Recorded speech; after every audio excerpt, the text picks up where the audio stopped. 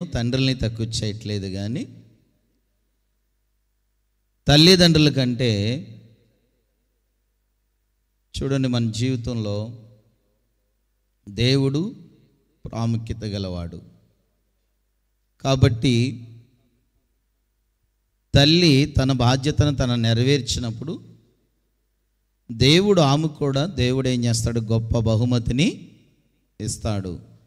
తల్లైనా తండ్రి అయినా అలాగే కుమారుడైనా దేవుడు మనకు అప్పగించిన బాధ్యతలు ఈ భూమి మీద మనం నెరవేర్చినప్పుడు పిల్లారా, దేవుడు మనందరికి కూడా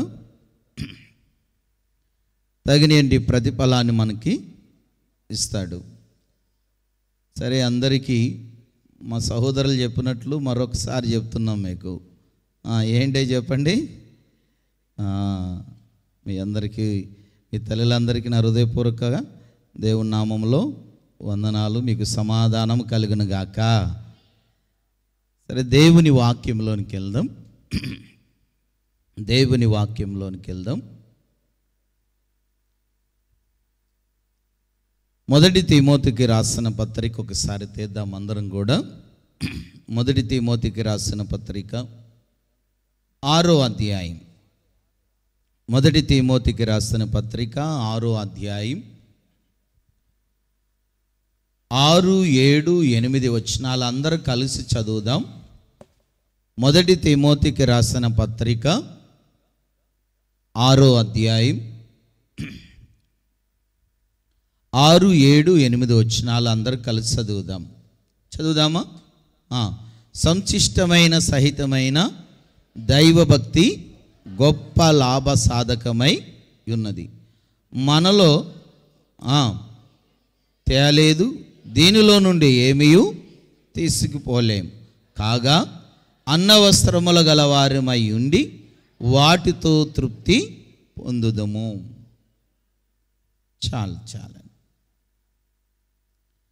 చూడండి, చదువుకున్నంటే ఈ వచనాల్లో నుంచి అంశం ఇలా రాసుకోండి. సంశిష్టమైన సహితమైన దైవభక్తి గొప్ప లాభసాధకమైందంట. ఎలాంటి లాభముగా మనకి ఈ సంశిష్టమైన దైవభక్తి ఉంటుందో ఒక 4 విషయాలు మీతో నేను పంచుకుంటాను. చాలా జాగ్రత్తగా వినాలి.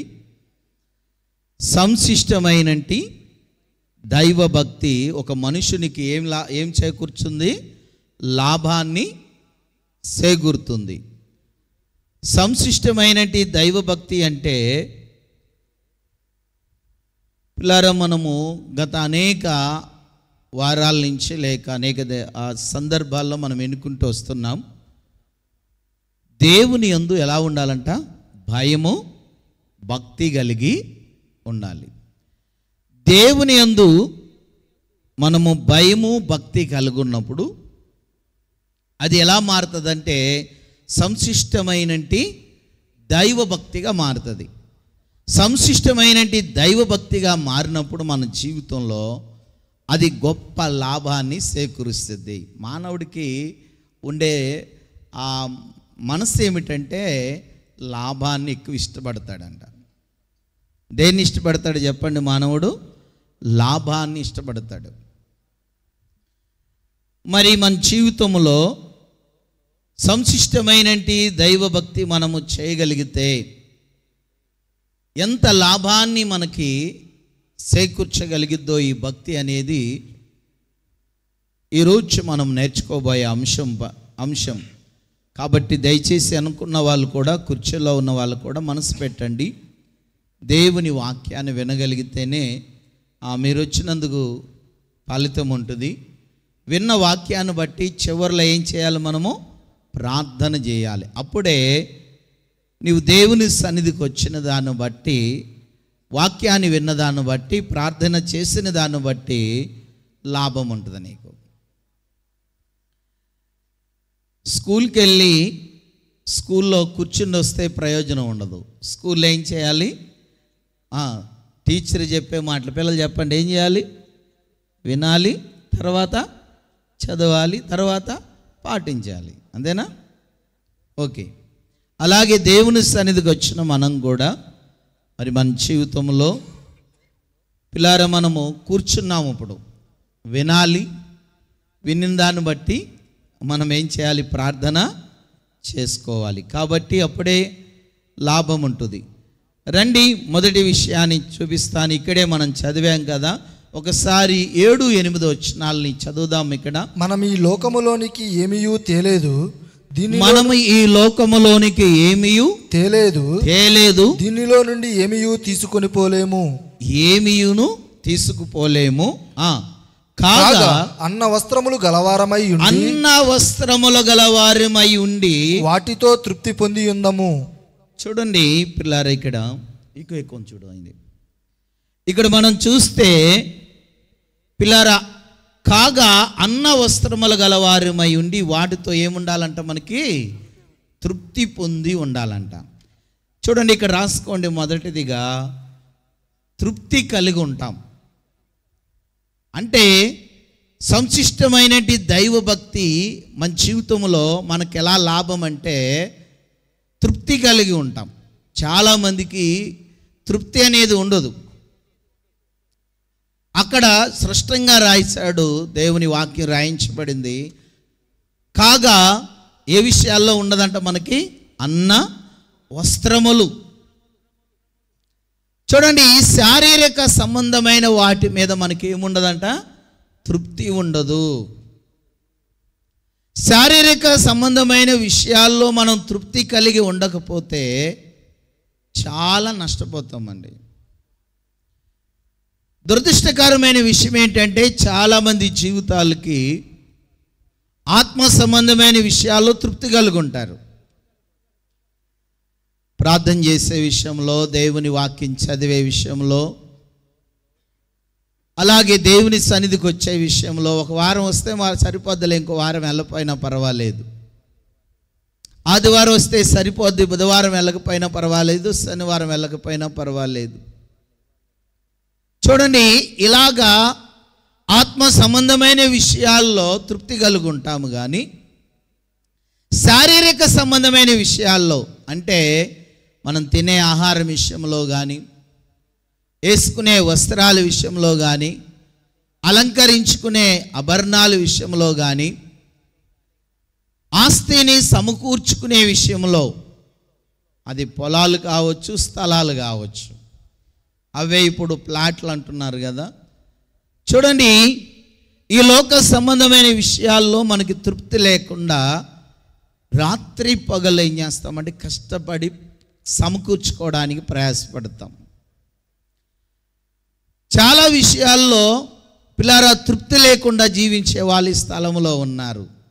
శారీరక సంబంధమైన విషయాల్లో, ఆత్మ సంబంధమైన విషయాల్లో వీళ్ళకి చాలా తృప్తి. అమ్మయ్య, ఈ ఆదివారం వెళ్ళాం చాలే, మరొక ఆదివారం వెళ్ళకపోయినా పర్వాలేదు, ఆదివారం వెళ్ళాం సరిపోతుంది, ఇంకా ప్రార్థన చేయకపోయినా పర్వాలేదులే, ఉదయాన్ని చేస్తే మధ్యాహ్నం చేయి, మధ్యాహ్నం చేస్తే సాయంకాలం చేయి, తృప్తి. ఒక అధ్యాయం చదివితే చాలా, అమ్మయ్య వాళ్ళకు ఈ రోజుకి సరిపోతుంది, ఒక అధ్యాయం చదివేశాను చాలే. ఇలాగ మన జీవితాల్లో ఆత్మ సంబంధమైన విషయాల్లో తృప్తి కలిగి ఉంటాం. కానీ శారీరక సంబంధమైన విషయాల్లో తృప్తి కలిగి ఉండలేం. అందుకనే సంశిష్టమైనటి దైవభక్తి ఎందుకు లాభం అంటే, ఈ లోక సంబంధమైన విషయాల్లో ఆ భక్తి ఏం చేస్తుందంటే నీకు తృప్తిని ఇస్తుంది. చాలేక వస్త్రాలు చాలు, చాలేక తిన్నది చాలే, చాలే పడుకున్నది చాలే. ఒక్కొక్కడికి నిద్ర ఎంత పోయినా సరే ఇంకా నిద్ర చాలదు అంటాడు వీడు. చూడండి, చాలామందికి పిల్లారు ఎంత సంపాదించుకున్నా ఇంకా ఆశ తీరదు, ఇంకా సంపాదించాలి, ఇంకా సమకూర్చుకోవాలని పిల్లారు చాలామంది వారి జీవితకాలం అంతా అలాగే గడిపేస్తారు. అందుకనే రండి, కొన్ని విషయాలు మీతో నేను మాట్లాడాలని లోతుగా ఆశపడుతున్నాను. తృప్తి అనేది ఎలా మన జీవితంలోనికి ఈ శారీరక సంబంధమైన విషయాల్లో వస్తుందంటే కొన్ని విషయాలు మీ ముందు పెట్టాలని ఆశపడుతున్నాను. ప్రసంగి గ్రంథం దగ్గరికి వద్దామా? ప్రసంగి గ్రంథం దగ్గరికి రండి. అనుకున్న వాళ్ళు కూడా దయచేసి, చదువు లేని వారు నాలాంటి వాళ్ళు కూడా ఉన్నారు, కానీ మనసు పెట్టి వినండి. చదువుకున్న వాళ్ళకంటే మనమే గొప్ప వాళ్ళం అవుతాం. ఎందుకంటే అందుకు మీకు మీ మధ్య నిలబడి నేనే మీకు సాక్షిని. కాబట్టి ఈ విషయాన్ని గమనించండి. చదువు లేదు కదా, నాకెందుకులే అని నిర్లక్ష్యంగా ఉండొద్దు. కాబట్టి మనసు పెట్టి వినగలిగితే చదువుకున్న వాళ్ళకంటే మనమే గొప్ప వాళ్ళంగా వాక్యాన్ని వినగలుగుతాం, పాటించగలుగుతాం, వాటిని బట్టి ఆశీర్వదించబడతాం. కాబట్టి దయచేసి విందాం. సామెతల గ్రంథం ప్రసంగి గ్రంథం 3వ అధ్యాయం 13వ వచనాన్ని చదువుదాం. ప్రసంగి గ్రంథం 3:13. మరియు ప్రతివాడు అన్నపానములు పుచ్చుకొనుచు తన కష్టార్జితము వలన సుఖమును అనుభవించుట దేవుడిచ్చు బహుమానమే అని తెలుసుకుంటేనే. ఎవరు చెప్తున్న మాట చెప్పండి? ఇది జ్ఞాని అయినా సొలొమోను కాదేనా? ఎవరైనా జ్ఞాని అయినా సొలొమోన్. చూడండి, జ్ఞాని అయినంటే సొలొమోను. జ్ఞాని అంటే సాధారణమైన వ్యక్తి కూడా కాదు. ఆ దినాల్లో భూమి మీద జ్ఞాని అంటే ఉన్నవాడంటే సొలొమోను ఒక్కడే. అతని జ్ఞానానికి చూడండి అనేక మంది ఆశ్చర్యపడేవారంట. అనేక దేశాల నుండి అతన్ని చూడడానికి వచ్చేవారు. అలాంటి జ్ఞాని చెబుతున్నట్టు మాట ఏమిటంటే, మరియు ప్రతివాడు అన్నపానములు పుచ్చుకొనుచు తన కష్టార్జితము వలన సుఖము అనుభవించుట దేవుడిచ్చు. ఎవరిచ్చే చెప్పండి? ఇప్పుడు ఎవరిచ్చేది ఇది? దేవుడిచ్చు బహుమానమే. చాలామందికి దేవుడు ఇచ్చాడు లేరా బాబు, ఇక చాలు నాకు అనుకోరు. దేవుడిచ్చాడనే మాట మనకి చాలా తక్కువ, అరుదు. నేను కష్టపడ్డాను, నేను సంపాదించుకున్నాను, నేను కష్టపడి ఇది నేను తింటున్నాను అని చాలామంది అనుకుంటారు. కానీ దేవుని వాక్యం చెప్తుంది, నీ కష్టార్జితము నీవు అనుభవించాలి అంటే ఎవరు కృప కావాలి? ఇక్కడ దేవుని కృప కావాలి. అందుకని ఇంకో మాట చదివిస్తాను రండి. అదే ప్రసంగి గ్రంథం 2:24 చదువుదాం. అదే ప్రసంగి గ్రంథంలో 2:24.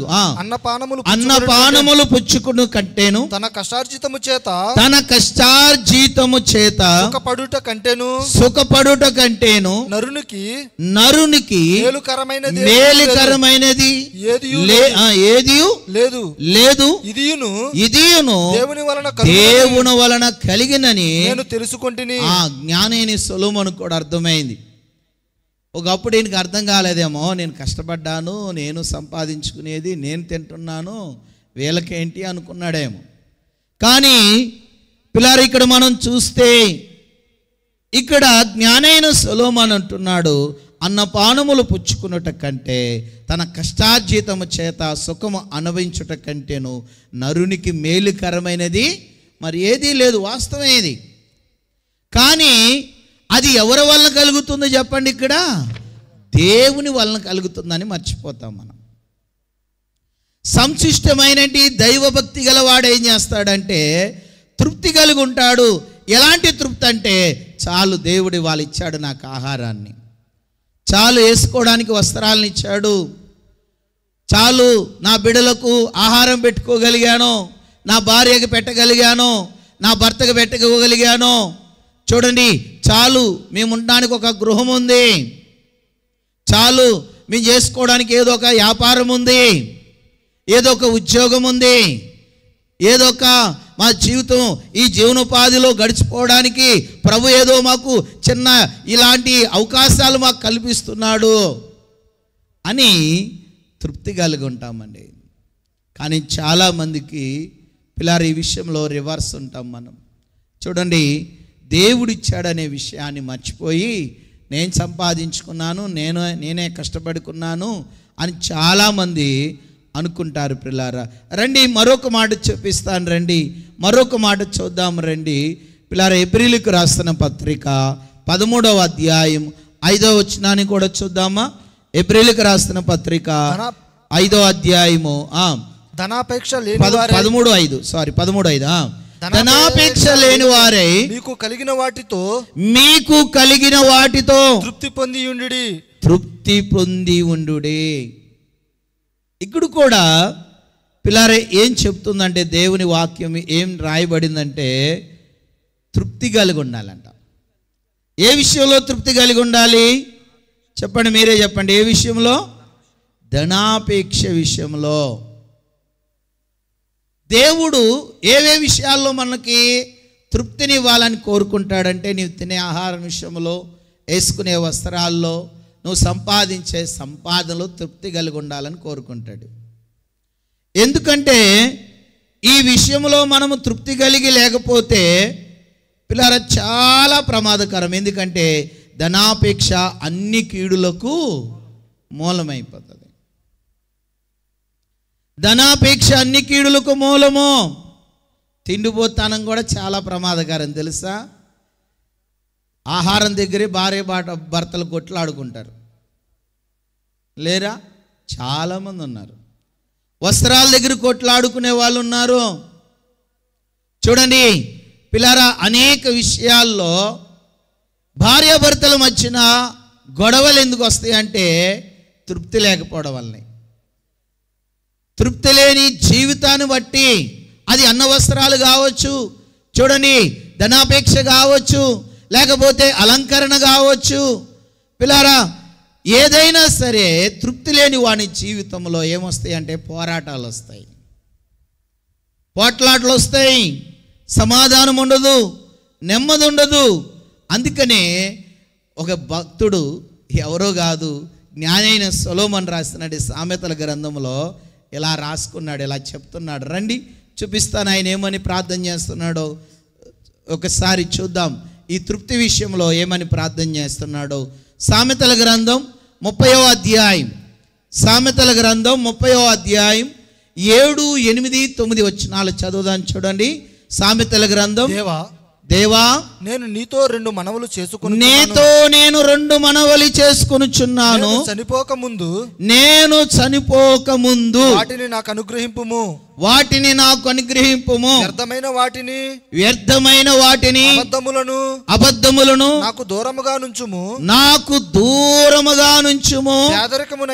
పేదరికమైనను ఐశ్వర్యమునైనను నాకు దయచేయకుము. తగినంత ఆహారము నాకు అనుగ్రహించుము. ఎక్కువైన ఎడల నేను కడుపు నిండిన వాడనై నిన్ను విసర్జించి యెహోవా ఎవడని అందునేమో లేక బేదనై దొంగిలి నా దేవుని నామమును దూషించుదునేమో. అబ్బా, ఎంత జ్ఞానంగా ప్రార్థన చేశాడండి ఇక్కడ. సంశిష్టమైన దైవభక్తి కలిగిన వ్యక్తి ఎలా ప్రార్థన చేస్తాడంటే, చూడండి, దేవా నేను నీతో ఎన్ని మనవలు చేస్తున్నానన్నాడు ఇక్కడ. 2 మనవలు. ఎప్పుడు చేశాడని చెప్పండి? చనిపోయిన తర్వాత చేశాడా, చనిపోకముందు చేశాడా? చనిపోయిన తర్వాత కూడా ప్రార్థన చేసిన వ్యక్తి ఉన్నాడు. అందుకే చెప్తున్నాను అన్నమాట. ఎవరు చేశారు చచ్చిపోయిన తర్వాత? ధనవంతుడు చేశాడు. చనిపోయిన తర్వాత ప్రార్థన దేవుడు ఏం చేశాడు? ఆలకించాడు, అంగీకరించాడు. చనిపోక ముందు ఈ 2 మనవలు నీకు అడుగుతున్నానయ్యా, అవేంటంటే వ్యర్థమైన వాటిని అనగా అబద్ధమును నాకు దూరముగా ఉంచము. వ్యర్థమైన వాటి విషయంలో చాలామందికి కంట్రోల్ ఉండదు మనసు. చూడండి, అంటే తృప్తి ఉండక చూసిందల్లా కావాలనుకుంటాం. అది పనికి వస్తుందా, పనికి రాదా, ఏం కాదు. ఎందుకంటే నాకు డబ్బు ఉంది, నా ఇష్టం. చూడండి, పనికిరాని వస్తువులు కూడా కొంటారు, పక్కన పారేస్తూ ఉంటారు. నేను యవనస్తులను అదే చూస్తూ ఉంటాను. ఒక్కొక్కసారి వాళ్ళని అప్పుడప్పుడు కూడా ఒరే సొమ్మురా, మా బావు సొమ్ము కూడా అంటాను నేను కొంతమందికి, సన్నిహితంగా ఉన్న వాళ్ళకి.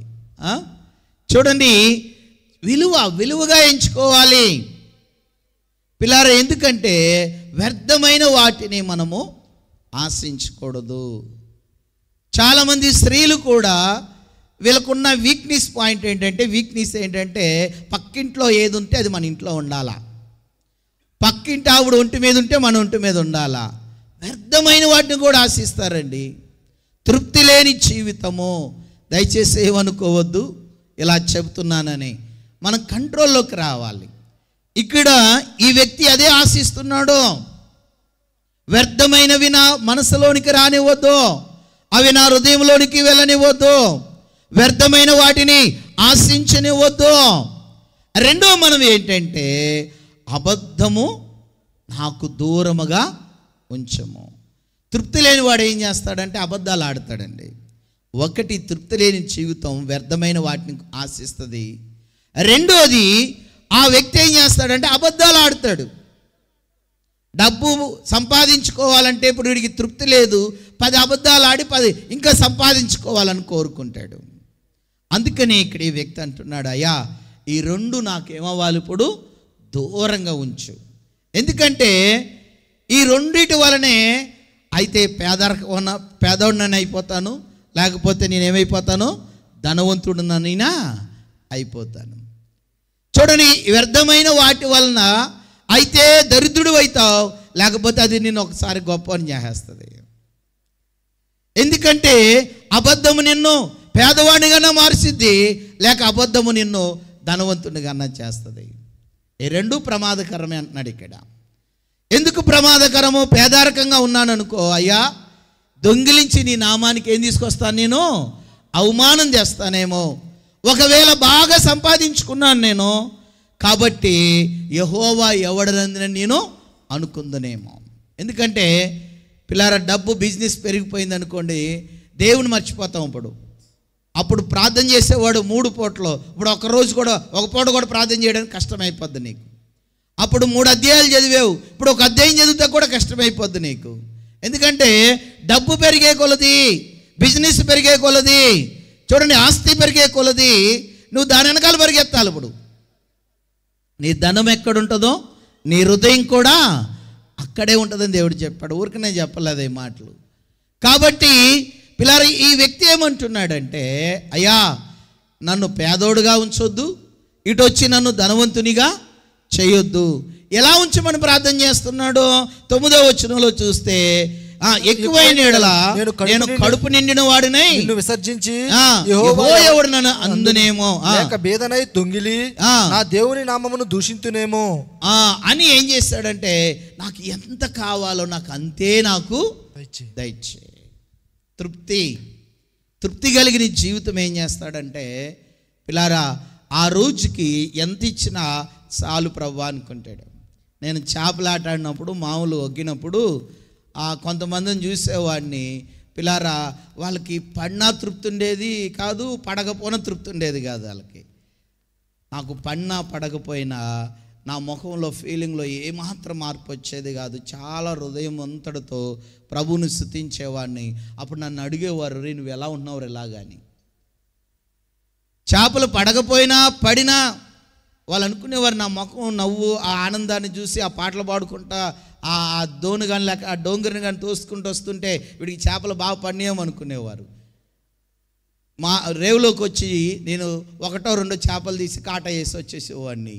కానీ నా ఆనందం నా యొద్ద నుంచి పోయేది కాదు. ఎందుకంటే నాకు పడినా పడకపోయినా తృప్తి ఉండేది. చాలు ప్రభువా నీవు ఇచ్చింది చాలు.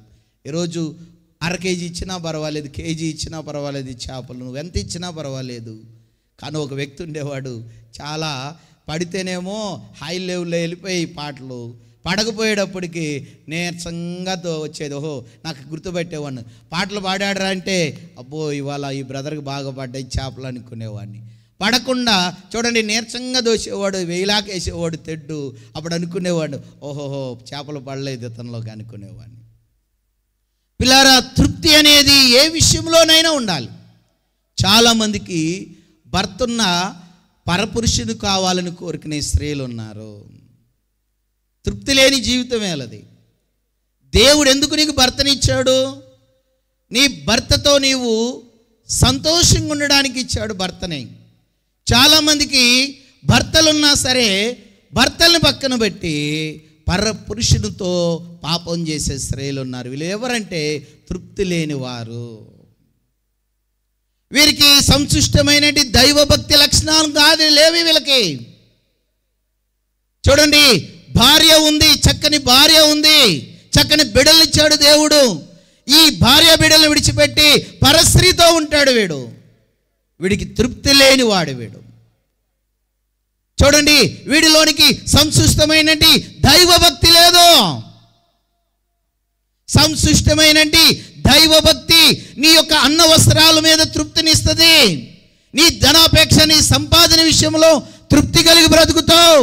శరీర విషయాల్లో, శరీర కోరికలలో తృప్తి కలిగి జీవిస్తావు. నీవు తృప్తి లేని వ్యక్తిగా, తృప్తి లేని జీవితాన్ని జీవిస్తున్నావంటే ఇంకా నీవు సంశుష్టమైనటి దైవభక్తి కిందకి రాలేదు. అది నీకు లాభముగా మార్చబడట్లేదు. అందుకనే ప్రియ సహోదరి సహోదరులారా, సంశుష్టమైనటి దైవభక్తి గొప్ప లాభ సాధకం ఏంటంటే దేవుడు ఏది ఇచ్చాడో దాంతో తృప్తి కలిగి బ్రతుకుతావు. దానితోనే సంతోషంగా నీ భార్య బిడ్డల్ని చూసుకోగలుగుతావు. నీ భర్తని, నీ బిడ్డలని చూసుకుని ప్రేమించుకోగలుగుతావు. పిల్లారా, కొంతమందికి ఈ కర్రి మొగుడు దొరికాడని అనుకుంటారంట కొంతమంది. నాకు తెలియదు, చెప్తే విన్నానులేండి.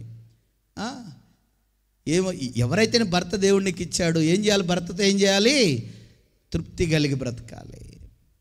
చూడండి, చాలామందికి తృప్తి లేకపోవడం వలన వ్యర్థమైన వాటిని ఆశించి పేదరికంలోనికి వెళ్ళి దరిద్రులుగా ఉండి దేవునికి ఏం తీసుకొస్తున్నారు? వీళ్ళు అవమానం తీసుకొస్తున్నారు. అందుకనే ఈ భక్తుడు ఇలా ప్రార్థన చేశాడు. రండి పిల్లారా, ఇదే విషయంలో ఒక విషయాన్ని చెప్పి నేను ముగిస్తాను. అంటే ఈ మొదటి విషయాన్ని ముగిస్తాను. రండి, ద్వితీయోపదేశకాండం 2వ అధ్యాయం, ద్వితీయోపదేశకాండం 2వ అధ్యాయం 7వ వచనాన్ని చూద్దామా? 2వ అధ్యాయం 7వ వచనం. నీ చేతుల పనులన్నిటిలోనూ నీ దేవుడైన యెహోవా నిన్ను ఆశీర్వదించును. ఈ గొప్ప అరణ్యములో నీవు ఈ 40 సంవత్సరములు సంచరించిన సంగతి ఆయన ఎరుగును. నీ దేవుడైన యెహోవా నీకు తోడై ఉన్నాడు. ఏమి తక్కువ కాదంట. అబ్బా, ఎంత వండర్ఫుల్ మాట అండి ఇది. నీ చేతుల కష్టార్జితాన్ని దేవుడు ఆశీర్వదించి దేవుడు అంటున్నాడు, నీకు ఏది నేను తక్కువ చేయనయ్యా. పిల్లారా, దేవుని యందు భయభక్తులు కలిగి ఉన్నప్పుడు, సంశిష్టమైనటి దైవభక్తి కలిగిన వ్యక్తి జీవితంలో ఏది తక్కువ కాదండి. ఆత్మీయ జీవితం అతని జీవితంలో తక్కువ కాదు. ఆర్థిక పరిస్థితుల్లో అతనికి ఏది తక్కువ దేవుడు చేయడు. ఆరోగ్యపరమైన విషయాల్లో దేవుడు ఏది తక్కువ చేయడండి. సంశిష్టమైనటి దైవభక్తి కలిగిన వ్యక్తి జీవితంలో దేవుడు ఏది కూడా తక్కువ చేయడో. ఎందుకంటే అరణ్యములో ఇశ్రాయేలీలను ఎన్ని సంవత్సరాలు పోషించాడు దేవుడు? 40 సంవత్సరాలు పోషించాడంట. చూడండి, ఆ 40 సంవత్సరాలు కూడా వారు వస్త్రాలు చిరిగిపోలేదు. చూడండి, వారి చెప్పులు అరిగిపోలేదంట. పిల్లారా, వాళ్ళు కష్టపడకుండానే దేవుడు ఏది తక్కువ కాకుండా, చూడండి, అరణ్యములో దేవుడు ఇశ్రాయేలును పోషించిన వాడు నన్ను పోషించాడండి. పిల్లారా, దేవుడు నమ్మదగిన వాడు, మాట ఇచ్చి తప్పేవాడు కాడండి. సంశిష్టమైనటి జీవితం మనము ఆ భక్తి జీవితాన్ని అలవర్చుకోగలిగితే పిల్లారా, ప్రతి విషయంలో కూడా సంతృప్తి కలిగి ఉంటాం. దేవుడు ఏది తక్కువ చేయడు నీకు. దేవుడు సమస్తాన్ని సమకూర్చేయగలిగేవాడండి. అందుకనే ప్రియ సహోదరి సహోదరులారా, మొదటి విషయం ఏమిటంటే సంశిష్టమైన దైవ భక్తిలో మొదటి లాభం ఏంటి చెప్పండి? మనకి తృప్తి కలిగి బ్రతుకుతాం. ఉన్న దాంట్లో ఏం చేస్తాము?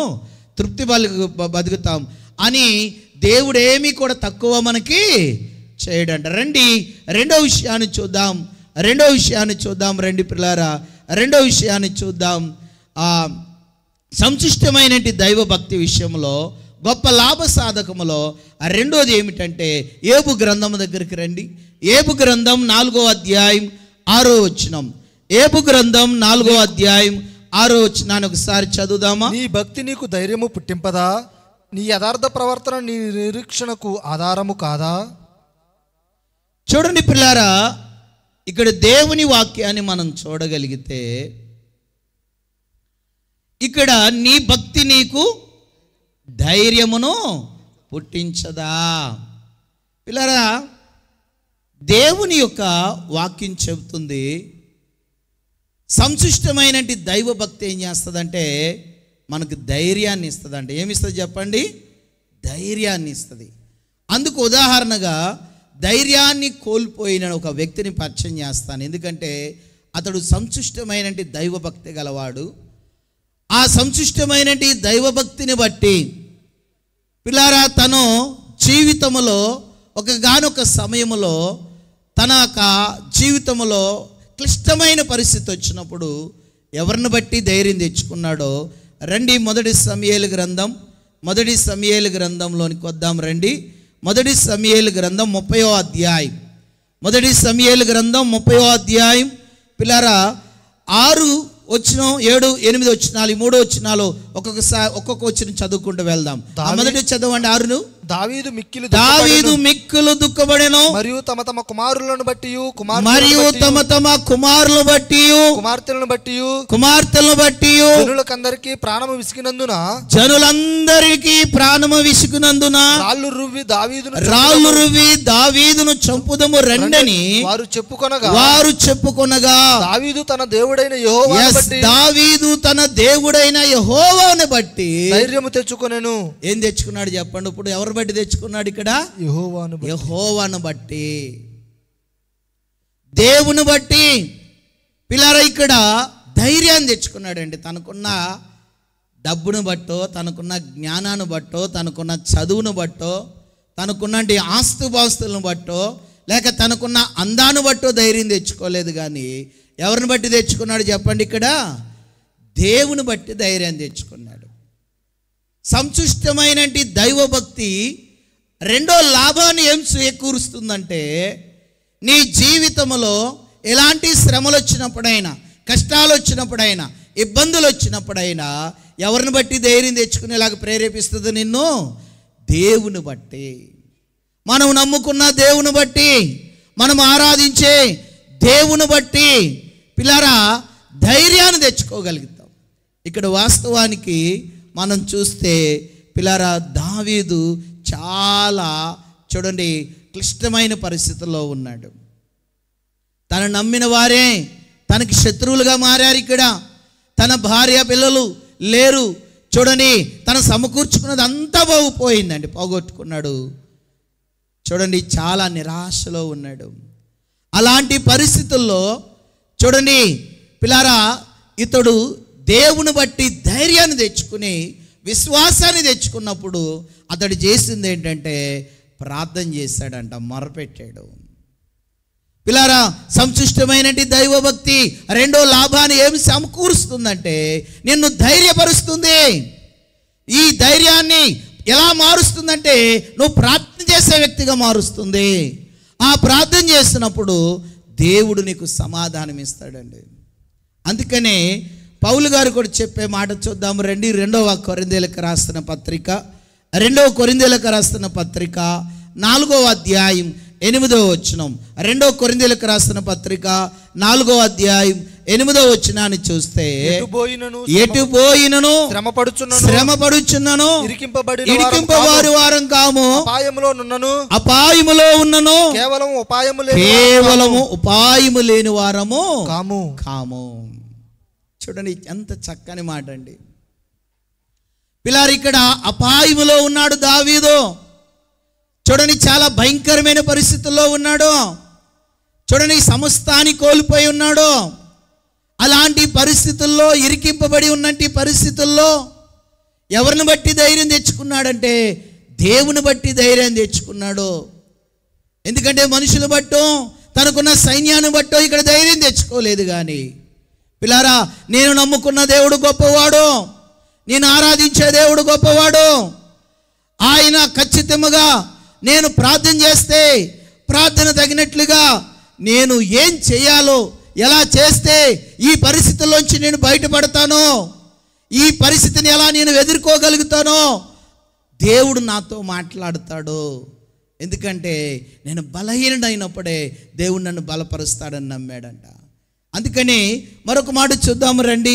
పౌలు గారు చెప్పిన మాట చూపిస్తాను రండి. 2వ కొరింథీయులకు రాసిన పత్రిక 12వ అధ్యాయం 10వ వచనంలో ఇక్కడ చూస్తే నేను ఎప్పుడు బలహీనుడునో అప్పుడే నేను బలవంతుడను. దావీదు సంశిష్టమైన దైవభక్తి కలిగి ఉన్నాడు గనుక పిల్లారా, బలహీనత సమయంలో దేవుడు అతన్ని బలపరచుచున్నాడు. ఎందుకంటే అతనికి లాభమే. రెండోదిగా ఏమిటంటే పిల్లారా, దేవుని బట్టి ధైర్యాన్ని తెచ్చుకున్నాడు.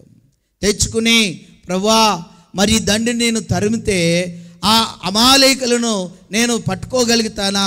తిరిగి నా భార్య బిడ్డలను తెచ్చుకోగలుగుతానా?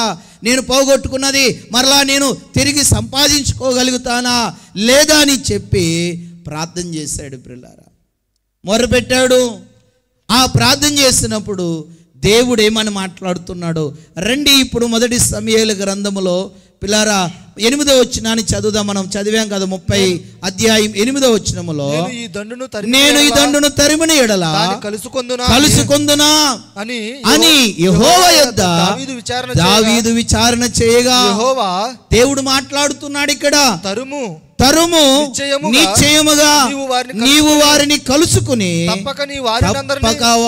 నీ వారందరిని ఏం చేస్తావు? దక్కించుకుందువు.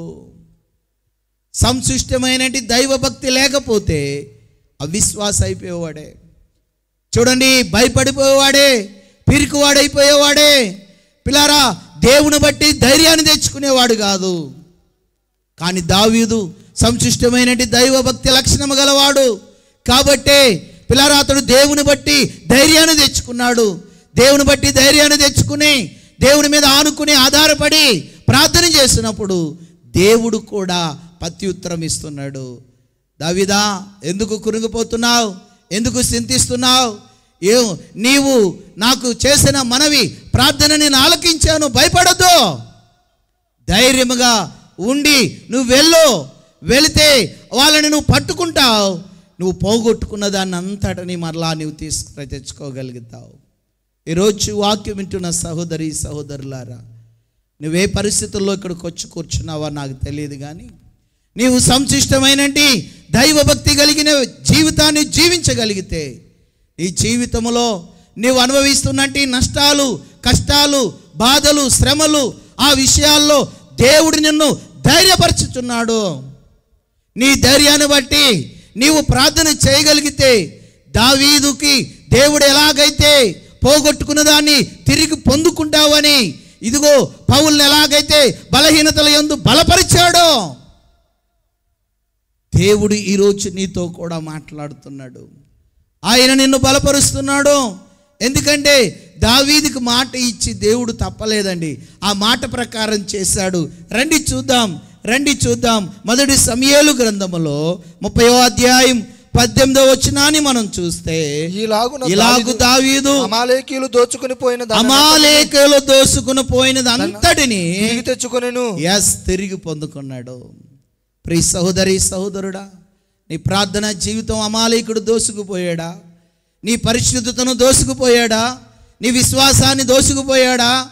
ఏది అమాలేకుడు లాంటి సైతాను నీ కుటుంబం మీద సొరబడి నీ కుటుంబంలో ఉన్నంటి ఆత్మీయతను దొంగిలించాడా?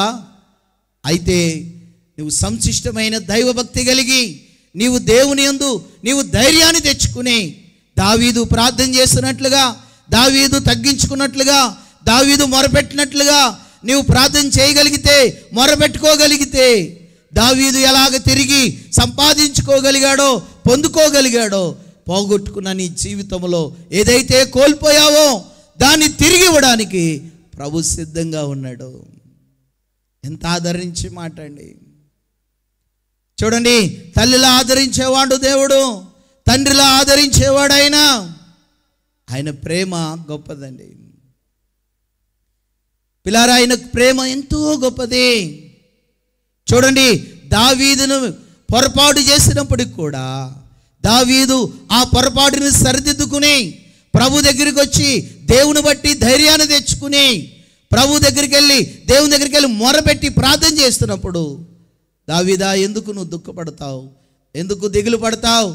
ఎందుకు ఈ అప్పుల బాధ, ఈ సమస్యల బాధ నేను ఎందుకు కృంగిపోతావు? నువ్వు చేసే ప్రార్థన నేను విన్నాను, ఆలకించాను. నువ్వు ఖచ్చితంగా నువ్వు అమాలేకులను తరుముతావు, వాళ్ళని జయిస్తావు, పోగొట్టుకున్న దాన్ని అంతటిని తిరిగి నువ్వు పొందుకుంటావని పిల్లరా ఇక్కడ ధైర్యపరుస్తున్నాడండి. అందుకనే ఈరోజు నువ్వు సంశిష్టమైనటి దైవభక్తి లక్షణం కలిగి ఉంటే నువ్వెవరిని బట్టి ధైర్యం కలిగి బ్రతుకుతావు చెప్పండి? దేవుని బట్టి. చాలామందికి ఆస్తి ఉన్న వాళ్ళని అడగండి, వాళ్ళకి ధైర్యం ఉంటుందేమో. డబ్బున్నవాడికి భయం ఎక్కువ తెలుసా? ఆస్తులు ఉన్నవాడికే భయం ఎక్కువ. బ్యాంక్ బ్యాలెన్స్లో ఎక్కువ ఉంటే భయము. సైబర్ నేరగాళ్ళు దాన్ని ఏం దొంగిలిస్తారేమో అకౌంట్లో డబ్బుని. చూడండి, తల్లిదండ్రులకి ఇంకా భయం ఉంది. ఇప్పుడు పిల్లోడికి ఫోన్ ఇస్తే వాడే బెట్టింగ్లోకి వెళ్ళి బెట్టింగ్ యాప్లాడి లక్షలు పోగొడుతున్నాడు. చూడండి, తల్లిదండ్రులకి మనశ్శాంతి లేదు, సమాధానం లేదు. పిల్లలను బట్టి ధైర్యం తెచ్చుకుని బ్రతకడానికి కూడా లేదు. పిల్ల ఏం చేస్తుందో, పిల్లోడు ఏం చేస్తాడో భయం ఈ దినాల్లో. మనకు ఒకే ఒక ధైర్యం, ఎవరిని బట్టి? దేవుని బట్టే. భర్తను బట్టి ధైర్యం లేదు. భర్త ఏం చేస్తాడో, తాగుబోతాడు అవుతాడా, పేకొట్టాడు అవుతాడా, కోడి పందేలోడు అవుతాడా, రేపొద్దునే మమ్మల్ని ఈదులు పాలు చేస్తాడేమో, అప్పుల పాలు చేస్తాడేమో. భార్యకు భయం భర్తను బట్టి. అమ్మో, భార్య ఎలా ఉంటుందో, గయ్యాలుగా ఉంటుందేమో, ఎక్కువగా డబ్బు ఖర్చు పెడుతుందేమో, అనవసరమైన ఖర్చులు పెట్టిద్దేమో, అప్పులు పాలు చేస్తుందేమో, నాకు మనశ్శాంతి లేకుండా చేస్తుందేమో అని భర్తకు భయమో. పిల్లారా, ఈ రోజుల్లో మనకు ధైర్యం ఎక్కడుందంటే కేవలం దేవుని బట్టే, దేవుని వాక్యమును బట్టే. దేవుని వాక్యము పిల్లారా, దావీదు ఎలాగైతే దేవుని బట్టి, యెహోవాను బట్టి ధైర్యం తెచ్చుకున్నాడో, మనం బ్రతకవలసింది దేని బట్టో తెలుసా? మనం నమ్ముకున్న దేవుని బట్టి ధైర్యంగా బ్రతకాలి. నాకు ఒక ఆయన అడిగాడు, ఏంటి బ్రదరు ఇంత ధైర్యంగా ఎలా ఉన్నావు అంటే, నా ధైర్యము నా దేవుడే. నన్ను పిలిచిన వాడు నమ్మదగినవాడు, ఆయన నన్ను పోషించగలవాడు ఆయనే ఈ సేవా పరిచర్యలో అనేకమైన అద్భుతాలు చేయగలవాడు. నాకు ఆయన బట్టి ధైర్యం అండి. నాకు ఆస్తులు ఉన్నాయోనో, జ్ఞానం ఉందనో, తెలివి ఉందనో, ఏదేదో ఉన్నదనో నాకు భయం బట్టి ధైర్యం కాదు. ఒక ఆయన అన్నంట, ఆయనకి ఎందుకు ధైర్యం చెప్పనా? ఆయన సంఘంలో అందరూ రైలు చీరలు వేసేవాళ్ళు ఉన్నారు, లచ్చలు ఇచ్చేస్తారు ఆయనకేంటి, ఆయన ఎందుకు భయపడతాడని చెప్తున్నాడంట ఒక ఆయన వెళ్ళి ఇంకొక పాస్టర్ గారితో. ఏంటండి, నాకు రైలు చెరువులో ఉన్న వాళ్ళని బట్టో, చేపల చెరువులో ఉన్న వాళ్ళని బట్టో, మంచి మంచి ఉద్యోగాలు చేసే వాళ్ళని బట్టు కాదు నా ధైర్యం. ఎవరిని బట్టి? నన్ను పిలిచిన నా దేవుని బట్టే నాకు ధైర్యం అండి. పిల్లారా, ఎప్పుడు కూడా ఈ లోక సంబంధమైన వాటిని చూసుకుని మనము చూడండి ధైర్యము కలిగి ఉంటే ఏదో ఒక రోజు ఓడిపోతామండి. అందుకనే దావీదు అంటున్నాడు, ఎవరిని బట్టి ధైర్యం తెచ్చుకున్నానన్నాడు? యెహోవాను బట్టే, దేవుని బట్టే నాకు ధైర్యం. ఆయనే నాకు సహాయకుడు, ఆయన బట్టే నా జీవితంలో ఎదురయ్యే ప్రాకారాలు దాటి వెళుదును. పిల్లారా, ఈరోజు నీకున్నంటి డబ్బును చూస్తూ, నీకున్న ఆస్తిని చూస్తూ గర్వించక, వాటిని బట్టి ధైర్యం తెచ్చుకోక. చూడండి, అవి ఏదో ఒక రోజు మనల్ని విడిచి వెళ్ళిపోతాయి, లేక మనం విడిచి వెళ్ళిపోతాం వాటిని. కానీ దేవుని బట్టి ధైర్యం కలుగు బ్రతుకు. ఏది ఉన్నా లేకపోయినా సంతుష్టమైనటి దైవభక్తి కలిగి జీవించు, అది నీకు గొప్ప లాభము. అదేమిటంటే దేవుని బట్టి ఏం చేస్తావు? నువ్వు ధైర్యంగా బ్రతుకుతావు. చాలామందికి నాకేంటండి కొడుకులు ఉన్నారు, కొడుకులు తీసుకెళ్ళి రేపు ఎద్దునే పడేస్తున్నారు. ఎక్కడ? చూడండి, వృద్ధాశ్రమంలో పడేస్తున్నారు. కొడుకులను బట్టి గర్వించొద్దు, కూతురులు బట్టి గర్వించొద్దు. నాకేంటి మా అమ్మ నాన్న ఉన్నారు, గర్వించొద్దు బిడ్డా. దేవుని బట్టి మనం సంతోషించాలి, దేవుని బట్టి గర్వించాలి. చూడండి, దేవుని బట్టి మనం ధైర్యం కలిగి బ్రతకాలి. ఎందుకంటే నా దేవుడు ఏ సమయంలోనైనా, ఏ పరిస్థితుల్లోనైనా నన్ను కాపాడుతాడు. ఇలా రండి, మూడో విషయాన్ని దగ్గరికి వద్దాం. ఇక్కడ ఆపుదాం ఈ విషయాన్ని. సంతుష్టమైనటి దైవభక్తి మొదటి లాభం ఏంటి చెప్పండి? ఏమిస్తుంది మనకది? తృప్తిని ఇస్తుంది. రెండోది ఏం చేస్తుంది? మనకి ధైర్యాన్ని కలగజేస్తుంది. రండి, మూడో విషయాన్ని చూపిస్తాను ప్రియులారా. మూడో విషయాన్ని చూద్దాం. మొదటి పేతురు రాసిన పత్రిక తీద్దాం. అందరు తీయాలి, బైబిల్ సలబడుకున్నట్టున్నారు మీరు. మొదటి పేతురు రాసిన పత్రిక 3వ అధ్యాయం. మొదటి పేతురు రాసిన పత్రిక 3వ అధ్యాయం 20వ వచనాన్ని చూద్దాం. రండి, 20వ వచనాన్ని చూద్దాం.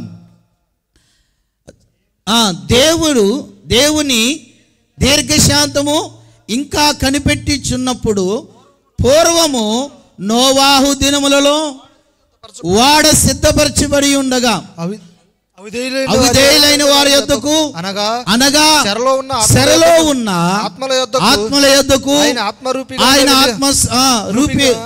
రూపిగానే వెళ్ళి వారికి ప్రకటించెను. ఆ వాడలో కొందరు అనగా 8 మంది నీటి ద్వారా ఏం చేస్తారంట?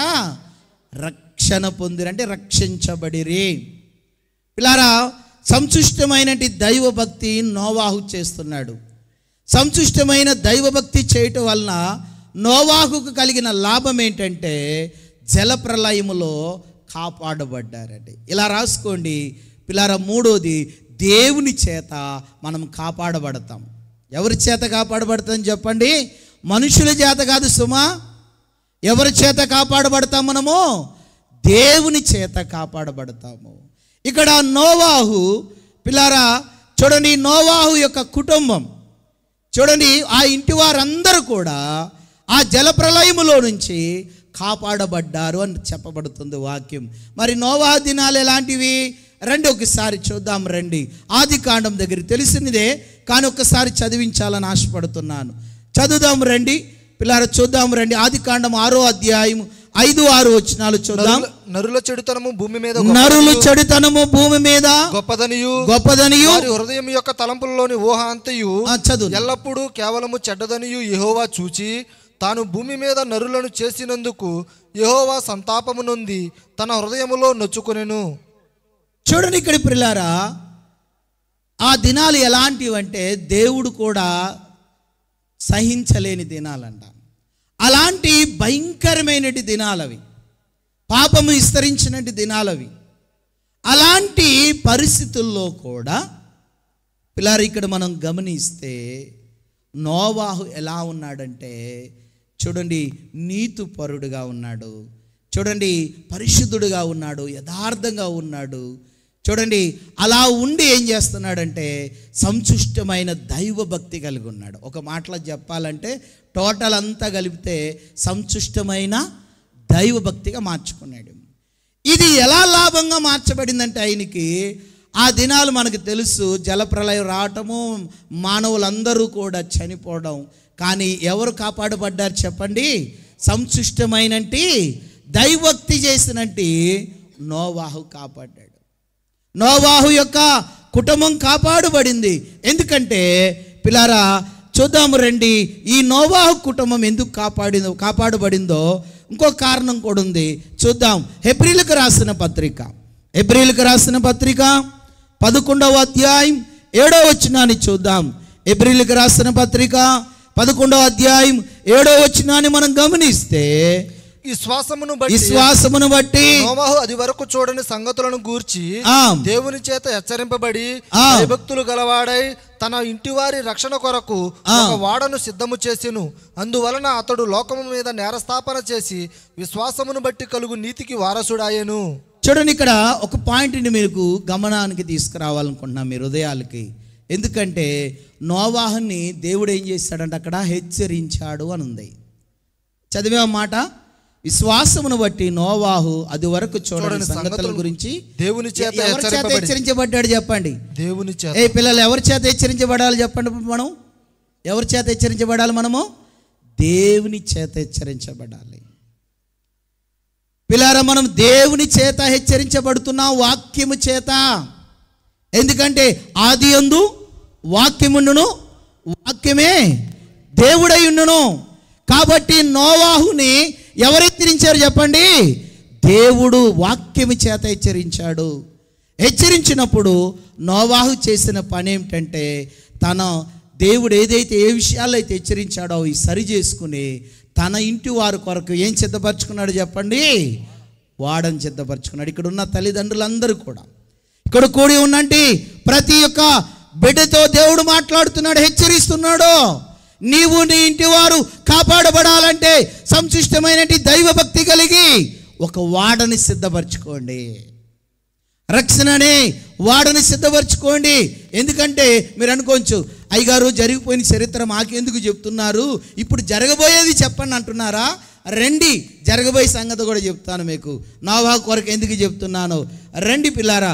లూకాసు సువార్తలో చెప్దాం రండి, చూద్దాం రండి. లూకాసు సువార్త 17వ అధ్యాయం 26వ వచనాన్ని చదవండి. 17:26. నోవాహు దినములలో జరిగినట్లు మనుష్య కుమారుని దినములలో కూడా ఏం చేస్తుందంట ఇప్పుడు జరుగుతుందంట. వెళ్దాం, ముందుకు వెళ్దాం. ఉండండి, ఇక్కడ ఒక్కసారి ఆగండి. ఇప్పుడు నోవాహుకి ఇక్కడికి లింక్ ఉందా లేదా చెప్పండి. ఇప్పుడు చెప్పండి అమ్మా, ఉందా లేదా? ఉంది. ఎందుకంటే నోవాహు దినాల్లో ఉన్నట్టు పాపం ఇప్పుడు ఉంది, అదే చెప్తున్నాడు అక్కడ. ఇప్పుడు చదవండి 27. నోవాహు వాడలోనికి వెళ్ళిన దినము వరకు జనులు తినుచు త్రాగుచు పెండ్లాడుచు పెండ్లికి ఇవ్వబడుచు అంతలో జలప్రలయం వచ్చి వారందరినీ ఏం చేసిందంట? నాశనం చేసింది. అలాగే ఇప్పుడు కూడా మనిషి కుమారుడు రాబోతున్నాడు.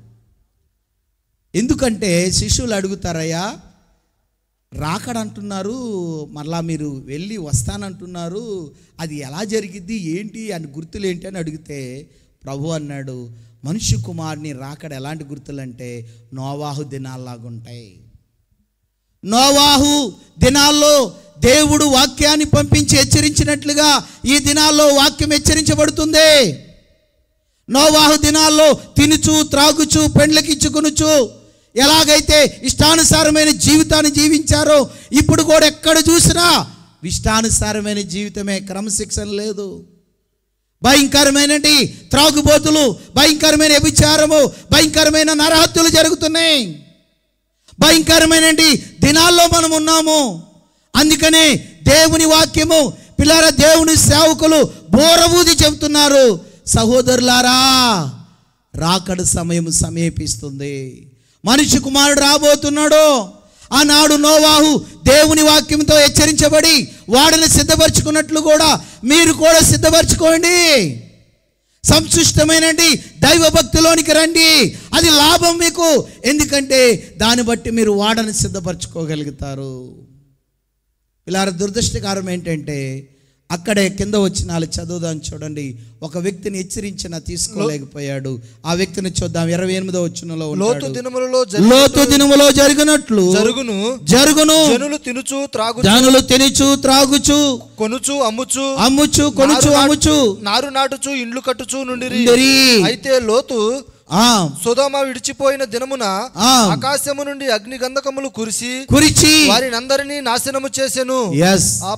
చాలండి పిల్లారు, ఇక్కడ మనం గమనిస్తే లోతును కూడా దేవుడు హెచ్చరించాడండి. దేవుని వాక్యముతో హెచ్చరించాడు, కానీ లోతు దాన్ని తీసుకోలేకపోయాడు. లోతు దినాలు కూడా ఎలాంటివంటే పిల్లారా, ఇక్కడ తినుచున్నారు, త్రాగుచున్నారు, కొనుచున్నారు, అమ్ముచున్నారంట. ఇప్పుడు కూడా ఎన్ని లేవు, కొనుక్కోవడం, అమ్ముకోవడం, తినడం, త్రాగడం, పెళ్ళికి ఇవ్వడం, పెళ్ళికి ఇచ్చుకోవడం, ఇవన్నీ జరుగుతున్నాయి. అయితే ఆనాడు దేవుని వాక్యాన్ని హెచ్చరికను నోవాహు తీసుకున్నాడు, కానీ ఎవరు తీసుకోలేకపోయారు పిల్లారా? లోతు తీసుకోలేకపోయాడు. నోవాహు దేవుని వాక్యమును హెచ్చరికను తీసుకుని తాను తన ఇంటి వారిని కాపాడుకున్నాడు. లోతు కాపాడుకోలేకపోయాడు. భార్య ఉప్పు స్తంభం అయిపోయింది. పిల్లలు చూస్తే భయంకరమైన పాప జీవితంలోనికి వ్యభిచారులుగా మారిపోయారు. ఎంత భయంకరమైనదండి పిల్లారా. అందుకనే రండి, ఇక్కడి నుంచి కొన్ని హెచ్చరికలు మీకు చెప్పాలని ఆశపడుతున్నాను. నేను త్వరగా చెప్తాను రండి పిల్లారా. తెస్సలోనికి రాసిన పత్రిక, 2వ తెస్సలోనికి రాసిన పత్రిక పిల్లారా. ఇప్పుడు కూడా దేవుని వాక్యం మనకి హెచ్చరిస్తుంది, చెప్తుంది దేవుని వాక్యము. 2వ తెస్సలోనికి రాసిన పత్రిక 1వ అధ్యాయం 6-7 వచనాలు చదువుతారు ఒకసారి త్వరగా. ప్రభు అయిన యేసు తన ప్రభావము కనపరచు దూతలతో కూడా పరలోకము నుండి ఆయన రానై ఉన్నాడు. అగ్నిజ్వాలలతో ఎలా వస్తాడంటే అగ్నిజ్వాలలతో ప్రత్యక్షమవుతాడు. దేవుని ఎరుగున వారికి ప్రభు అయిన యేసు సువార్తకు లోబడిన వారికి ప్రతిదండన చేయునప్పుడు ప్రతిదండన చేస్తాకు వస్తాడంట. ప్రతిదండన చేయడానికి పిల్లారా, ఎవరెవరికి ఇక్కడ ఇద్దరున్నారు? ప్రభుని ఎరిగిన వారు ఉన్నారు, ప్రభుని ఎరగని వారు ఉన్నారు. ప్రభుని ఎరిగి దేవుని వాక్యానికి లోబడలేని వ్యక్తులు ఉన్నారు.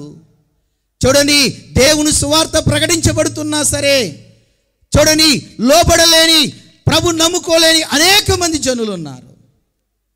అయితే ప్రభు చూడండి, ప్రభుని ఎరిగి నమ్మి దేవుని హెచ్చరికలను, దేవుని వాక్యాన్ని తీసుకోకుండా, వారి పాపాన్ని విడిచిపెట్టకుండా పాప జీవితంలో బ్రతికే వారి జీవితంలో దేవుని పనిష్మెంట్ ఉంటుంది అంటున్నాడు. ప్రభుని ఎరగని వారికి కూడా పనిష్మెంట్ ఉంటుందని చెప్తున్నాడు. రండి పిల్లారా, ఈ యొక్క చూడండి, దేవుని వాక్యాన్ని వినకుండా, లోబడకుండా ఎలాంటి స్వభావాన్ని కలిగిన వారికి ఉంటే వారికి ఎలాంటిదో ఒకసారి యెషయా గ్రంథం 30వ అధ్యాయం, త్వరగా వెళ్తాను నేను ఇక్కడి నుంచి. యెషయా గ్రంథం 30వ అధ్యాయము 1వ వచనం చదవద్దు కానీ ఇలా రాయబడింది, యెహోవా ఆ వాక్కు ఇదే, లోబడని ప్రజలకు శ్రమ. ఎస్, యవనస్తులారు వింటున్నారా? దేవుని వాక్యం వినకపోతే, దేవుని వాక్యానికి లోబడకపోతే, యవనస్తులారా ఇక్కడ కూడి ఉన్నంటి తండ్రి, తల్లి, ప్రియ సహోదరి, సహోదరులారా, దేవుని వాక్యము హెచ్చరించబడినప్పుడు, దేవుని వాక్యాన్ని బట్టి దేవుడు నిన్ను సరిచేయాలనుకున్నప్పుడు దానికి లోబడకపోతే నీకేం కలిగిద్దని చెప్తున్నాడు ఇక్కడ? శ్రమ అంటున్నాడు. దేవుని వాక్యానికి లోబడని వ్యక్తికి శ్రమ. రండి ఇంకా ఏం జరిగిద్దో. సామెతల గ్రంథం 10వ అధ్యాయం 17వ వచనం. సామెతల గ్రంథం 10వ అధ్యాయం 17వ వచనాన్ని చూద్దాం.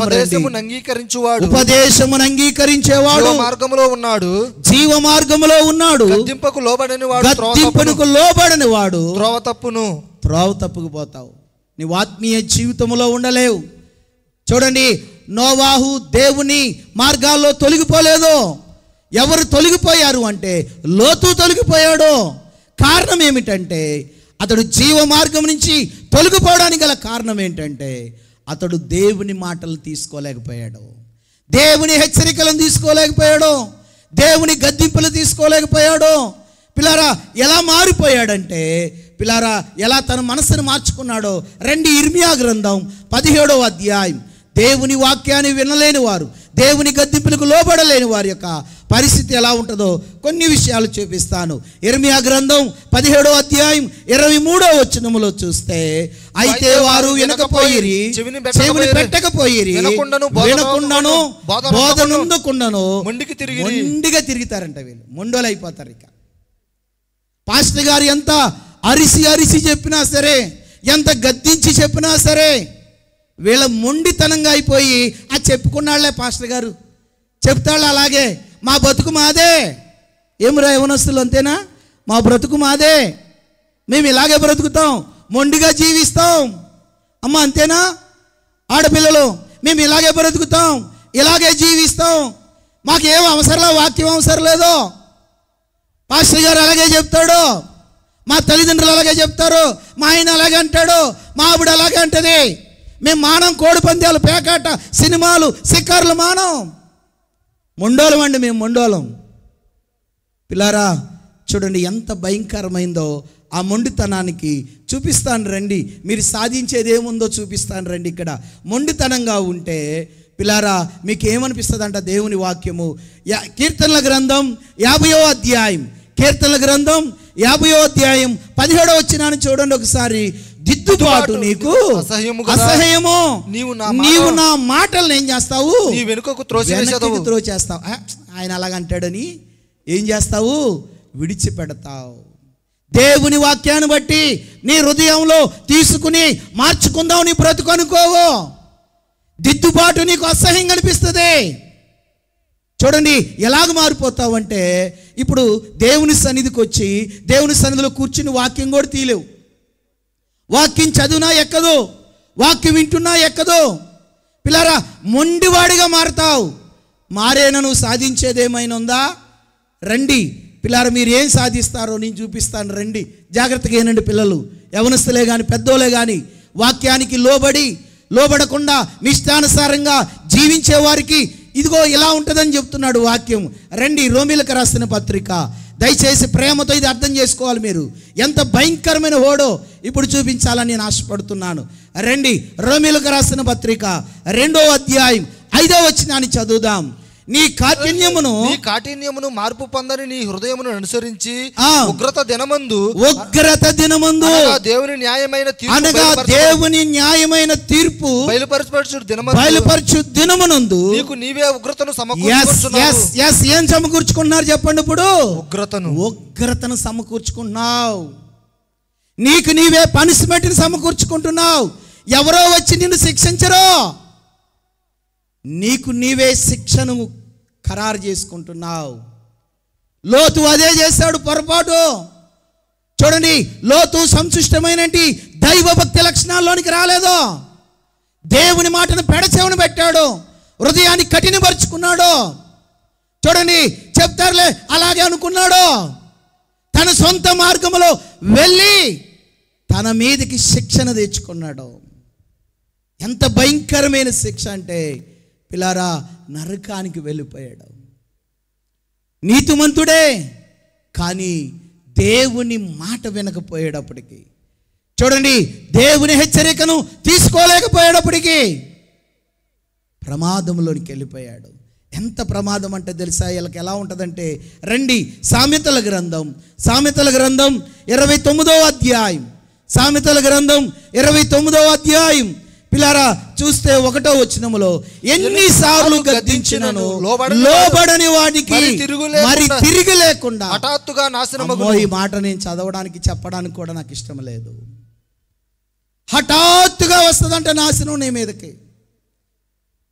లోతు అనుకున్నాడు, నాకేంటి ఈ సొదొమ గుమ్మరము చాలా పరలోకంగా ఉంది, నాకు ఇక్కడ చాలా ఆనందంగా ఉంది, సంతోషంగా ఉంది, వ్యాపారం బాగా నడుస్తుంది, నా పిల్లలు మంచిగా చదువుకుంటున్నారు, మంచి మంచి వస్త్రాలు వేసుకుంటున్నారు, నా భార్యకి మంచి మంచి అలంకరణలు చేసుకుంటుంది, నాకేంటి ఈ ఊరిలో ఈ గ్రామంలో అందరూ బంధువులే. కానీ అకస్మాత్తుగా వచ్చి పడింది. ఈరోజు నువ్వు కూడా అనుకున్నావేమో, నేను ఇంత ఎకరాలు సంపాదించుకున్నా, ఇన్ని ప్లాట్లు సమకూర్చుకుంటున్నా, నాకేంటిలే కరువు లేదు, నాకు మగపిల్లలు ఉన్నారు, నాకేంటిలే మంచి అల్లుళ్ళు దొరికారు, నాకేంటిలే మంచి కోడళ్ళు ఉన్నారు, నాకేంటిలే అనుకున్నావేమో. సంశిష్టమైన దైవ భక్తి లేకపోతే అకస్మాత్తుకమైన తీర్పులు వస్తాయి మన మీదకి. చాలామంది ఈ తీర్పులకు బలవుతున్నారు. అయ్యో మొన్నటిదాకా ధనవంతులండి, ఇప్పుడు తింటా కూడా పోలేదండి వీళ్ళకి. నా చిన్నప్పుడు చూసిన ధనవంతులు పేదోలుగా వచ్చి ప్రార్థన చేయించుకున్నారండి. నాకు ఆశ్చర్యం వేసింది. పెంచకలమారు వెళ్ళినప్పుడు నేను అడిగాను, ఈయన ఎలాగా దేవుని సన్నిధికి నమ్ముకున్నాడు, ఎలా వస్తున్నాడంటే వాళ్ళు చెప్పింది ఏంటంటే, అయ్యా ఉన్నదంతా పోయింది, పిల్లలు చూస్తే పట్టించుకుంటలేదు, ఆ యొక్క పరిస్థితుల్లో దేవుని సన్నిధికి వస్తున్నాడు ఆయన. అన్నీ ఉన్నప్పుడు ఎవరి జ్ఞాపకం రాలేదు చెప్పండి? దేవుడు జ్ఞాపకం. నీ యొద్ద నుండి తీసివేయబడక ముందే, ప్రభు నీకు ఇచ్చినటి తలంతులు నీ యొద్ద ఉండగానే, ప్రభు నీకు ఇచ్చిన ఆరోగ్యం నీ యొద్ద ఉండగానే, ప్రభు నీకు ఇచ్చినటి ఆ యొక్క మంచి పేరు ప్రఖ్యాతులు ఉండగానే, నోవాహులాగా హెచ్చరికను తీసుకుని రక్షణనే వాడగట్టుకోవడానికి నీ జీవితాన్ని, నీ బిడ్డల జీవితాన్ని సరిదిద్దుకోవడం ఆశీర్వాదకరం. చాలామంది పోయాక ఏడుస్తున్నారండి, పోయాక లబోదిబో అంటున్నారు. లేదు సహోదరుడా, ప్రభు నీకు ఇచ్చిన ఆయుష్లోనే, ఆరోగ్యంలోనే, దేవుడు ఇచ్చిన నీకు ఘనతలోనే, పేరు ప్రఖ్యాతుల్లోనే ప్రభు నిన్ను ఎలాగైతే సమృద్ధిగా అన్ని విషయాల్లో దీవించాడో, ఆ విషయంలో నువ్వు హెచ్చరించబడినప్పుడే నీ జీవితాన్ని సరి చేసుకోమంటున్నాడు. చాలామందికి బుధవారం రండిరా బాబు అంటే చాలామంది రావట్లేదు. ఎక్కడో దూరాత్రం ఉండడానికి కూడా బీచ్ పెళ్ళి ఉన్న వాళ్ళు కూడా. జాగ్రత్త, నాకు అన్నీ బాగున్నాయి, మంచిగా బ్రతుకుతున్నాను అనుకున్నావేమో. ప్రిబిడా, అకస్మాత్తుమైన పనిష్మెంట్లు వస్తాయి మన మీదకి. ఆ పనిష్మెంట్ రాకముందే, ఆ తీర్పు దినము మన మీదకి సోకకముందే మనం సరెండర్ అవటం మంచిది. దేవునికి లోబడటం మంచిది. ఇంకా త్రాగుబోతులారా, మీ జీవితాలు మార్చుకోవడం మీకు మంచిదే. ఎంతకాలం త్రాగుడులో తృప్తి లేకుండా బతుకుతారయ్యా? ఎంతకాలం వ్యభిచార జీవితంలో బతుకుతావమ్మా? ఎంతకాలము ఈ లోకాశలు శరీరాశల్లో బతుకుతాం? పనిష్మెంట్, తీర్పు రాకముందే మన జీవితాలు మార్చుకోగలిగితే సంశిష్టమైన దైవ భక్తి నీకేమిస్తుంది? మొదటిగా తృప్తినిస్తుంది. రెండోదిగా దేవుడు ధైర్యానికి ఇస్తాడు. మూడోదిగా నీవు ప్రతి పరిస్థితుల్లో ఏమవుతావు? కాపాడబడతావు. నోవాహు కాపాడబడినట్లుగా నీ జీవితము, నీ కుటుంబము రేపు దేవుని యొక్క ఉగ్రత దినమందు, రాకడ దినమందు కాపాడబడతారు. ఆలోచించండి సహోదరి సహోదరులారా. ఇంకెంతకాలము ఇంకా వ్యసనాలను విడిచిపెట్టకుండా, భయంకరమైన పాప జీవితాన్ని విడిచిపెట్టకుండా, ఇంకెంతకాలం దేవుని గద్దింపులకు లోబడకుండా, కఠినపరుచుకుని హృదయాన్ని మొండి ఆకృతో ఎంతకాలం బ్రతికి దేవుని ఉగ్రతని మీకు మీరే సమకూర్చుకుంటారు? లేదు లేదు పిల్లారా, నాకు చాలా వేదంతో చెప్తున్నాను ఈ మాటలు. దైవ ఉగ్రతను సమకూర్చుకోకండి. దైవ ఉగ్రతని మీ భార్య బిడ్డలకు సమకూర్చకండి. దైవ ఉగ్రతని మీ భర్తలకి, మీ పిల్లలకి సమకూర్చకండి. తల్లిలారా, భార్యలారా, ఎంతకాలం ఈ దైవ ఉగ్రతకు సమకూర్చుకునేవారుగా ఉంటారు? లోతులాగా బ్రతకొద్దు, లోతు భార్యలాగా బ్రతకొద్దు, లోతు బిడ్డల వలె మనం బ్రతకొద్దు. నోవాహు భార్య, నోవాహు బిడ్డలు సంశిష్టమైనటి దైవభక్తి కలిగి బ్రతికారు. అలా మనం జీవిద్దాం పిల్లలు. నాలుగోది, సమయం లేదు కానీ ఒక మాట చెప్పి నేను ముగిస్తాను. నాలుగోది సంశిష్టమైన దైవభక్తి ఏమిటంటే మనల్ని పరలోకానికి చేరుస్తుంది. సంశిష్టమైన దైవభక్తి మనల్ని పరలోకానికి చేరుస్తుంది. ఎందుకంటే ధనవంతుడిని చూస్తాము, పేద లాజరుని చూస్తాము. పేద లాజరు సంశిష్టమైన దైవభక్తి కలిగి, ఎందుకంటే ఆ బల్ల మించి పడే ముక్కలను తిని ఆయన ఏం కలిగి ఉన్నాడంట? తృప్తి కలిగి ఉన్నాడు. చూడండి, తనకి ఆస్తి లేదు, అంతస్తు లేదు, ఏమీ లేదు. ఎవరిని బట్టి ధైర్యం తెచ్చుకున్నాడంట? ఈ దేవుని బట్టి ధైర్యాన్ని తెచ్చుకున్నాడు. పిల్లారా, ధనవంతుడికి ఎప్పటికప్పుడే కూడా చూడండి బాడీ గార్డ్స్ ఉండేవారు, కానీ అతనికి బాడీ గార్డ్స్ ఎవ్వరూ లేరు. ఎవరిని బట్టి ధైర్యంగా ఉన్నాడు? దేవుని బట్టి. అందుకనే దేవుడు అతన్ని ఏం చేశాడు? కాపాడాడు. కాపాడి ఎక్కడికి తీసుకెళ్ళాడంటే పరలోకానికి తీసుకెళ్ళాడు. ధనవంతుడు సంశిష్టమైన దైవభక్తి లేడు, తృప్తి కలిగిన జీవితం లేదు. దేవుని బట్టి ధైర్యం కాదు, డబ్బుని బట్టి, ఆస్తిని బట్టి ధైర్యం అనుకున్నాడు. దేవుని హెచ్చరికలను తీసుకోలేకపోయాడు. పిల్లారా, నశించి నరకానికి వెళ్ళిపోయాడు. ఒక్కసారి ఆలోచించండి. లేచి నిలబడదాం, ప్రార్థన చేద్దాం, ప్రభు సన్నిధులు అడుగుదాం. ప్రభువా, సంశిష్టమైన దైవభక్తి నాకెంతో లాభాన్ని ఇస్తుందంట ప్రభువా. ఆ సంశిష్టమైన దైవభక్తి నేను కలిగి, నా ఇంటి వారిని కలిగి ఉంటే మేము ప్రభువా ప్రతి విషయంలో తృప్తి కలిగి ఉంటామంట. వ్యర్థమైన వాటిని ఆశించకుండా, అబద్ధాలు పలకకుండా ప్రభువా తగిన ఉన్న దాంట్లోనే తృప్తి కలిగి మేము బ్రతకగలుగుతామంట ప్రభువా. అలాంటి జీవితం, అలాంటి బ్రతుకు, అలాంటి యొక్క ప్రభా జీవితాన్ని మాకు దయచేయి ప్రభువా అని నోరు తెరుస్తారా? ప్రార్థన చేద్దాం, ప్రభు సన్నిధులు అడుగుదాం. ప్రభువా, నిజమే ప్రభువా, ఇదిగో తండ్రి దావీదు సమస్తాన్ని కోల్పోయాడు, కానీ నిన్ను బట్టి ధైర్యాన్ని తెచ్చుకుని ఎలాగ తిరిగి సమకూర్చుకోగలిగాడో ప్రభువా. నిజంగా నా ఆత్మీయ జీవితాన్ని పోగొట్టుకున్నానయ్యా, ఆర్థికంగా అప్పులు పాలయ్యాను ప్రభువా, ఆరోగ్యం పోగొట్టుకుని ఉన్నాను ప్రభువా. అయ్యా, దావీదుకి తిరిగిచ్చిన దేవుడా, ఈరోజు నాకు కూడా తిరిగి సమస్తాన్ని దయచేవా ప్రభువా. ఏది తక్కువ కాకుండా ప్రభువా నాకును దయచేవా ప్రభువా. అయ్యా, ఎక్కువైతే యెహోవా ఎవడనందునేమో అయ్యా, తక్కువైతే దొంగిలించి నీ నామానికి అవమానం తెచ్చేదునేమో ప్రభువా. నా ఆత్మీయ జీవితాన్ని నాకు ఎంత కావాలో, నా కుటుంబానికి ఎంత కావాలో, మాకు తృప్తి కలిగి జీవించే జీవితం మాకు కావాలి ప్రభు అని నోరు తెరవాలమ్మా. అందరు నోరు తెరవాలా, యవనస్తులారు నోరు తెరవాలా, పెద్దోళ్ళు కూడా నోరు తెరవాలా. నోవాహు హెచ్చరికను తీసుకున్నాడు, హెచ్చరిక తీసుకుని కాపాడబడ్డాడు. లోతు హెచ్చరిక తీసుకోలేకపోయాడు, నశించిపోయాడు. నువ్వెవరిలో ఉన్నావు?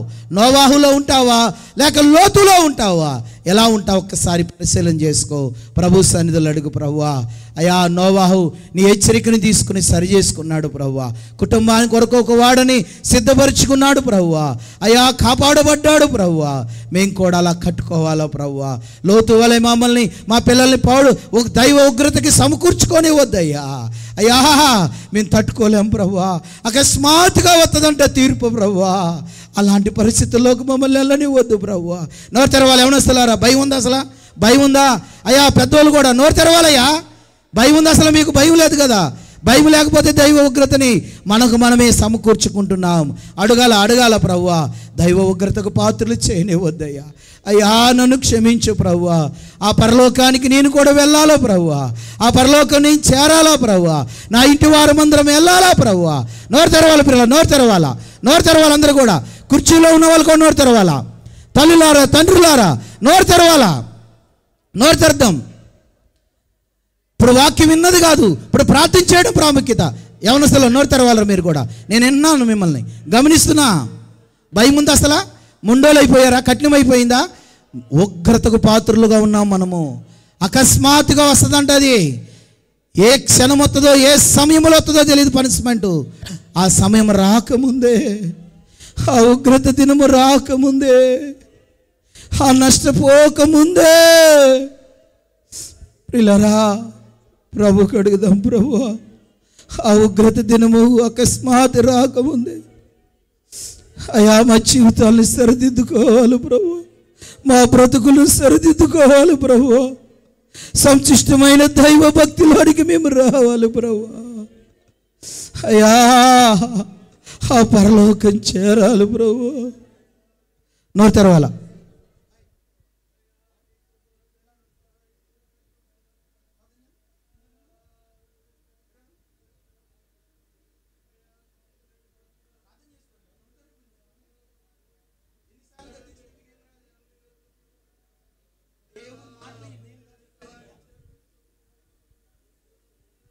దయచేసి చాలామంది నేను మాట్లాడుతున్నాను అనుకుంటున్నారు.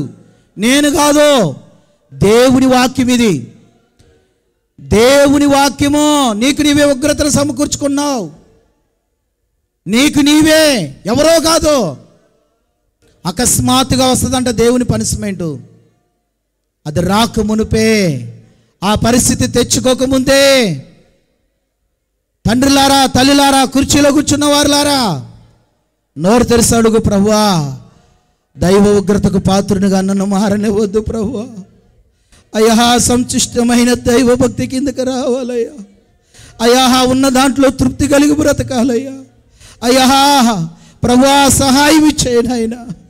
అయ్యా దావీదు పోగొట్టుకున్న దాన్ని తిరిగి ఇచ్చావంట ప్రభువా.